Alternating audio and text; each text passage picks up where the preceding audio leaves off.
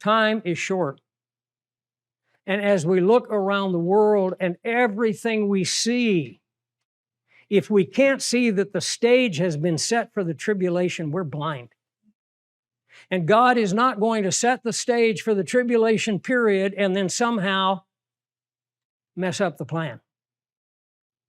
But we are going to see some amazing things happen if we will just realize God is on the throne. His hand is on the tiller. He is guiding the course of history. And what looks bad to us, and yes, there are terrible things going on, but all it does is enhance our opportunity to present Jesus Christ to a world that has no answers. We are bringing in the last of the sheaves of the harvest. When Paul talks about the fullness of the Gentiles coming in, he's using harvest terminology. And the field has been harvested, and it's just the edges of the field that are left. And our job is to bring in the last of the harvest. Time is running short. Neither is he going to set the stage for the tribulation period where the whole world is looking for just one person to tell us all what to do. Don't you find it interesting that in this pandemic, all of the countries fell in line doing exactly the same thing? That has never happened before since the Tower of Babel. The last time the whole world fell in line and were all working along the same lines was the Tower of Babel. It's never happened before. That's the world that we're in today. And why is that? Because the stage is set for someone to appear on the scene who has all the answers and can take away the fear and the panic and the constant testing and trials and say, I can restore to you. See, normal's not coming back, but Jesus is. I'm sure you've seen that. Normal's not coming back. I will tell you right now, as long as you and I are on this earth, we are never going to see normal again. Because normal's gone. It doesn't exist anymore. As we wait for his Son from heaven, we have a trust and a confidence.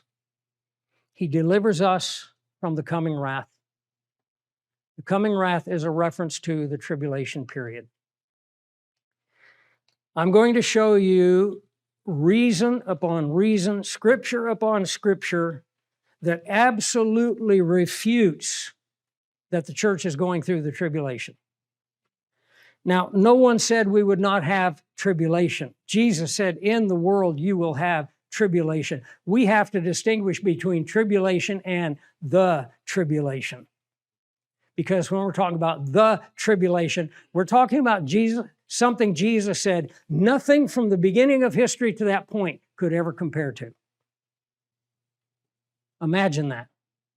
Nothing from history until the time that 7-year period begins could compare to what's going to happen to those people in that time.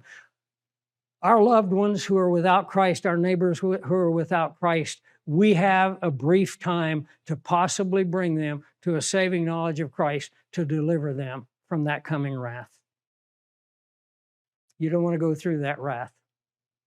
I will show you as we go along that when Paul uses this word, he's using this word in a very technical sense. It is a reference word throughout the Old Testament for the tribulation period. And this is the first argument of the book. He delivers. The word to deliver here, of course, is to save, to rescue. He saves us, delivers us from the coming wrath. We are not living in first century Israel. We are not living in the time when the author of Hebrews, Paul, wrote to them and said to gather themselves together in the local church, and so much the more as you see the day approaching, because the day that was approaching them is nothing you and I have to worry about. It's already passed. Was it a bad day? It demolished the city of Jerusalem. It destroyed the temple.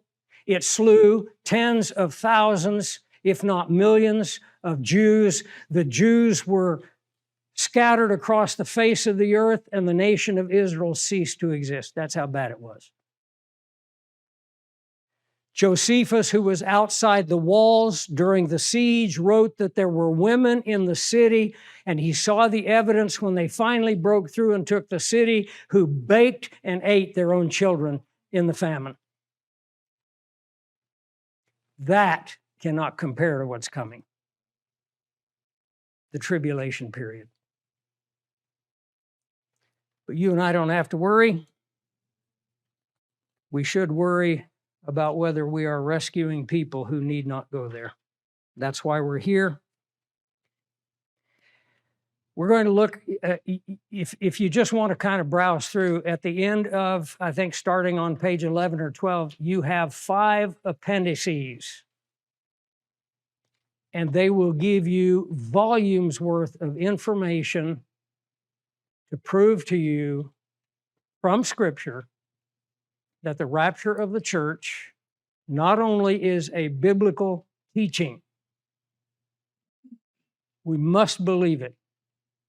I'm not going to force you. If you want to think you're going through the tribulation, that's okay.